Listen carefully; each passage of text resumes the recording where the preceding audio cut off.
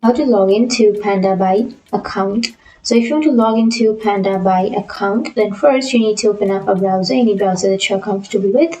And I'm here with Chrome browser.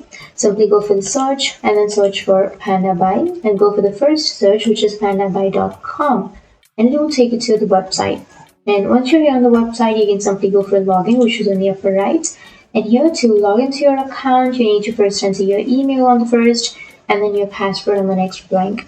But if you don't remember your password, you can simply go for forgot password, which is here, so that you can reset or recover your password.